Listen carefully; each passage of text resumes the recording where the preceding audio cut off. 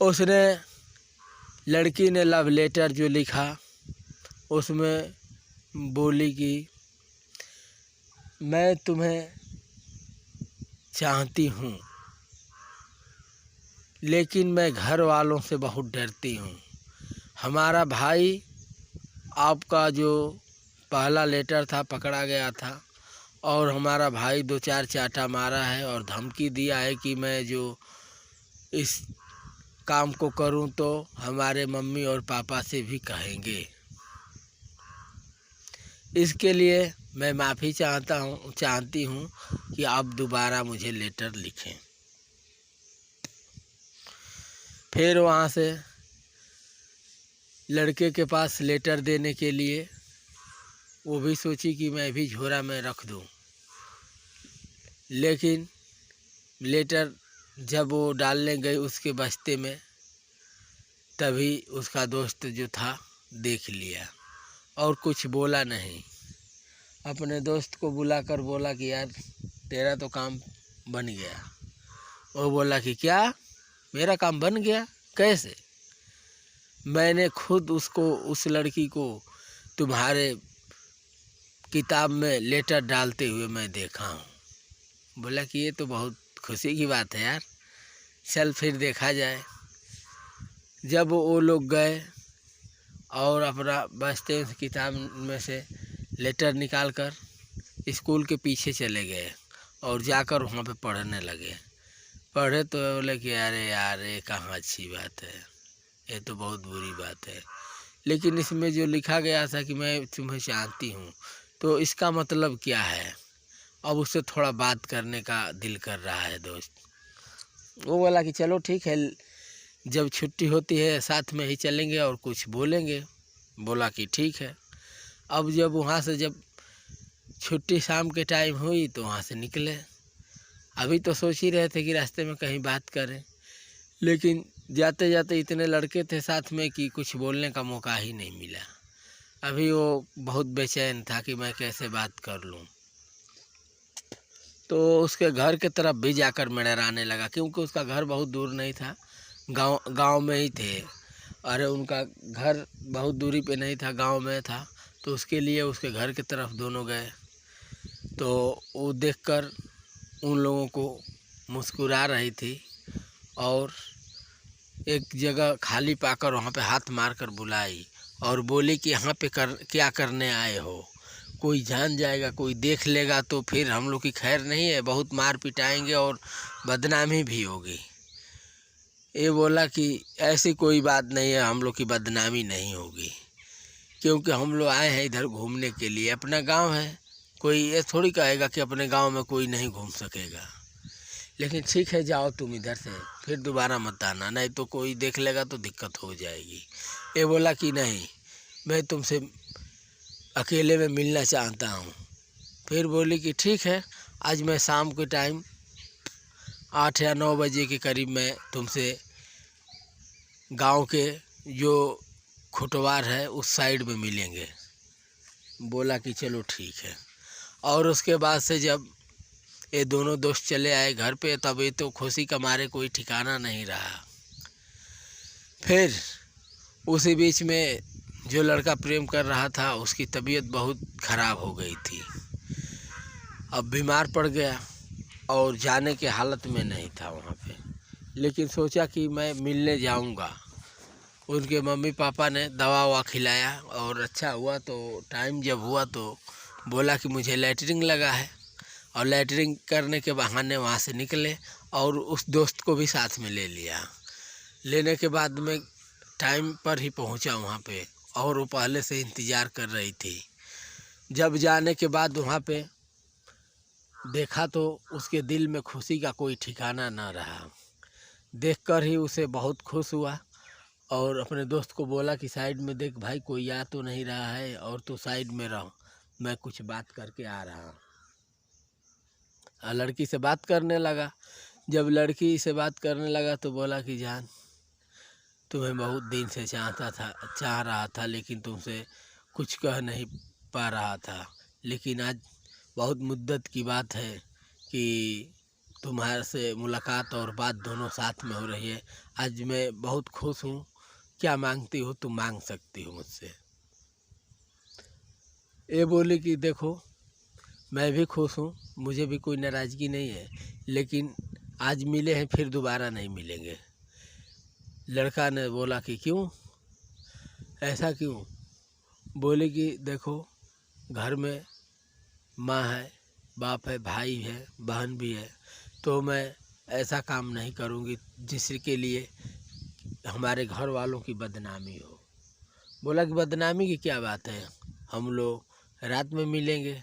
बोले कि नहीं, मैं घर से आने नहीं देंगे, आज कैसे भी मैं कहने के वजह से मैं आ चुकी हूँ। वो बोला कि अरे यार, तो फिर मैं तुम्हारे बिना रह नहीं पाऊँगा। अभी ऐसे ही सिलसिला इन लोगों का चलने लगा। उस दिन वो उनके गाल पे किस दी और ये भी दिया और बोली वो कि अब चलो टाइम ख़त्म हो गया क्योंकि घर भी जाना है, और वहाँ से चले आए।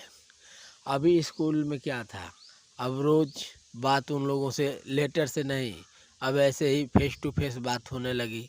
कभी लंच में मिल लेते थे बात करने के लिए, फिर छुट्टी के टाइम, स्कूल आने के टाइम अभी उन लोग का लव स्टोरी चलने लगा। यहाँ तक कि अब वो लोग रात में आधी आधी रात में घर से निकलकर पूरी रात अपने बाहों में बाहें डालकर रात बिताने लगे। उसके बाद से कुछ दिन बीता तो गांव में मैटर फैलने लगा कि फलाना फलाना के लड़के जो हैं कि देखे गए हैं इतनी रात को जाते आते समय। तभी बदनामी से बचने के लिए लड़के के माँ बाप ने उस लड़के को बताया कि बेटा ऐसा काम मत कर, बहुत गलत है। और जो लड़की का बाप है वो दरोगा है, कुछ मैटर में तुम्हें अंदर भी करवा सकता है, मरवा भी सकता है जान से। इसके तो सर पे जुनून सवार हो गया था, क्योंकि जिससे पहली बार प्यार हुआ था वही लड़की थी। इसलिए वो बोला कि नहीं, मैं नहीं मानूंगा, मैं नहीं छोड़ूंगा। घर वाले पर आकर उनसे पिताजी से लड़की के पिताजी मिले और बोले कि देखो अपने लड़कों को संभाल लो, नहीं तो ये बात बहुत आगे तक चली जाएगी। कुछ दिन ऐसे ही बीता तो उसके माँ बाप परेशान होकर लड़के के उनके ननिहाल में नाम लिखा दिए पढ़ने के लिए। लेकिन ननिहाल में नाम तो लिखा दिए, यहाँ से लड़का पढ़ने लगा ननिहाल से। पढ़ने के बाद अभी उन लोग का जो बात था, अब तो मिलने वाले, मुलाकात करने वाले कभी चुप नहीं बैठेंगे, घर जाने लगा। संडे को, शनिवार को घर निकल जाता था साइकिल से, और साइकिल से जाकर अपने, बहुत दूरी नहीं था, 10 या 20 किलोमीटर की दूरी पे उसका गांव था ननिहाल से, और साइकिल से आने जाने लगा वो। आने जाने के बाद अभी उन लोग का सिलसिला जिस दिन जाता पूरी रात साथ में बिताते। अभी एक दिन वो लोग पकड़े गए साथ में ही, पूरे गांव वालों के सामने बेइज्जत हुए ये लोग, फिर भी ये लोग नहीं माने। घर में तो कह दिया लड़का कि मैं उससे ही शादी करूंगा, लड़की ने भी बोल दी कि मैं उससे ही शादी करूंगी। इस बात को लेकर बहुत ये लोग डिस्टर्ब रहने लगे। अभी दहेज के चक्कर में लड़के की माँ ने जो है कि उस लड़की से मिलने के लिए सख्त पहरा लगा दी और मिलने के लिए बहुत दूरी बना दी। लेकिन वो कहाँ मिलने से रुक रहे थे, ऐसे ही सिलसिला चल रहा था। और घर में लड़की को बांधकर बहुत पीटा गया, और लड़की ने सिसकते हुए एक लेटर लिखकर उसी दोस्त से भेजवा दी इसके पास। ये लड़का लेटर पढ़ने के बाद बोला कि चलो हम लोग जब साथ में जी नहीं सकते हैं तो मर तो सकते हैं। अभी कुछ दिन के बाद आकर अपने ननिहाल में फिर रहने लगा, और फिर वहाँ पे जाने का सिलसिला चालू कर दिया। 1 महीना 2 महीना तक, 6 महीना तक पटाया था, लेकिन फिर भी क्या कोई प्रेम करने वाले मानेंगे नहीं, कभी भी जीवन में नहीं मानेंगे जब तक कि जिंदा रहेंगे। अभी वो गया गांव पर गया, उससे मिला, और कैसे भी बहुत मुश्किल से मिला, फिर भी गांव वाले ने पकड़ लिया और बोला कि देखो मैं अपने ननिहाल में जाऊंगा तो इस बार मैं जहर खा के मर जाऊंगा, जो कुछ हमारे साथ नहीं रहे तो। वो बोली कि मैं भी जहर खा के मर जाऊंगी। और दोस्तों, वहाँ से आया जहर खरीद के। याकूब जब वो अपने घर से निकला पॉइजन लेकर, चला आया अपने ननिहाल में। ननिहाल में रहने लगा। रहते हुए कुछ दिन के बाद उनको सूचना मिली कि लड़की को बहुत सताया जा रहा है और बहुत पीटा जा रहा है। वैसे में उसको किसी दोस्तों से या कोई खबरी ऐसा था जो कि इन लोगों के पास वो लोकेशन पहुंचा दे रहा था। फिर इसको रहा नहीं गया तो गया अपने गांव और पता किया तो वो लड़की नहीं थी। शायद उसके साथ कुछ गलत व्यवहार किया गया हो या चाहे जो भी। वहाँ से जब लौटने लगा तो अपने मन में सोचा कि यार मैं क्या करूं या ना करूं।